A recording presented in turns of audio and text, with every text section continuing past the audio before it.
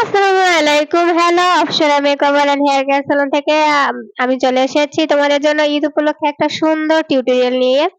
ঈদে ইজি ভাবে একটা সহজ টিউটোরিয়াল যেন তোমরা বাসায় নিজেরাই করতে পারো, সেজন্য এই টিউটোরিয়ালটা নিয়ে আসলাম। ফার্স্ট টাইমে তোমরা ক্রিম করে নেবে, তারপর ক্রিম্পিং করার পর ভালো করে সেশন করে নেবে। তুমি যেই সাইডে হেয়ারটা করতে চাও সেই সাইডে সিতি করে নেবে। সিতি করার পর চুলটাকে সেটিং করে দেন পুলিং করবে। যত সুন্দর করে তোমরা চুলটাকে আম আঁচড়াবে তত সুন্দর করে তোমার ক্রিম্পিং গুলো হবে। তুমি ঠিক এইভাবে পুলিং করে নিবে। হাত দিয়ে ছোট, ছোট করে পুলিং করে নিবে। তুমি যদি মোটা করে চাও মোটা করে করতে পারো, ছোট করে চাইলে ছোট করেও পুলিং করতে পারো। পুলিং গুলো যেন অবশ্যই সুন্দর হয়। যত বেশি হাত দিয়ে পুলিং গুলোকে ট্রাই করবে দেখবে ততই সুন্দর হচ্ছে। তো এইভাবে পুলিং গুলোকে সুন্দর করে ভাঁজ করে আলাদা, আলাদা সেশন ভাবে করে নিবে। পুলিং গুলোকে যত সুন্দর, যত সম্ভব, যতটা সম্ভব সম্পূর্ণটা তুলে নিবে। পুলিং গুলোকে বারবার আঙ্গুলের সাহায্যে রিঅ্যাক্ট করবে, দেখবে যে পুলিং গুলো অনেক সুন্দর হবে।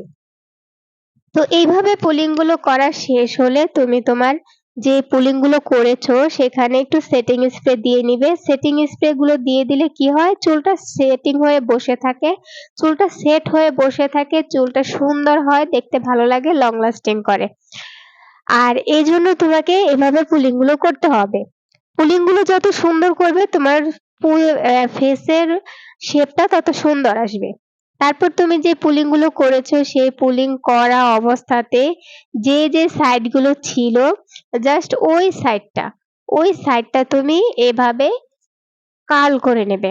কার্ল মেশিন গুলো ঠিক এইভাবে কার্ল করবে ২ থেকে ৩ মিনিটের মতো কার্ল মেশিন ধরে রাখবে। প্রয়োজনে একটু বেশি চাপ দিয়ে ধরবে। যদি বেশি করে চাপ দিয়ে ধরো তাহলে সেগুলো সুন্দরভাবে কার্লগুলো হয়ে যায়। অটোমেটিক্যালি এইভাবে সুন্দরভাবে কার্লগুলো থাকে।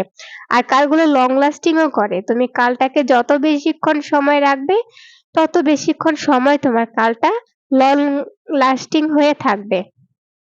তো এইভাবে তোমরা তোমাদের হেয়ারটাকে ঈদের দিনের জন্য কোনো আহ কি বলে জট ছাড়াই সুন্দরভাবে তোমরা তোমাদের হেয়ারটাকে স্টাইল করতে পারবে। যাই হোক, এভাবে আমি অপোজিট সাইডে যে চুলগুলো ছিল সেটাকে জাস্ট হালকা ফুলানোর ট্রাই করেছি।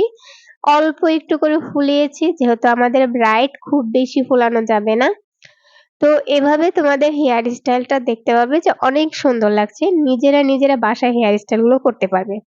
আর এটা আমাদের আজকের ব্রাইড ছিল। তো ব্রাইডের হেয়ার টিউটোরিয়ালটা তোমাদের সাথে শেয়ার করলাম। কেমন লাগলো জানাবে। আর কিসের উপর টিউটোরিয়াল চাও আমাদের সেটাও জানাবে।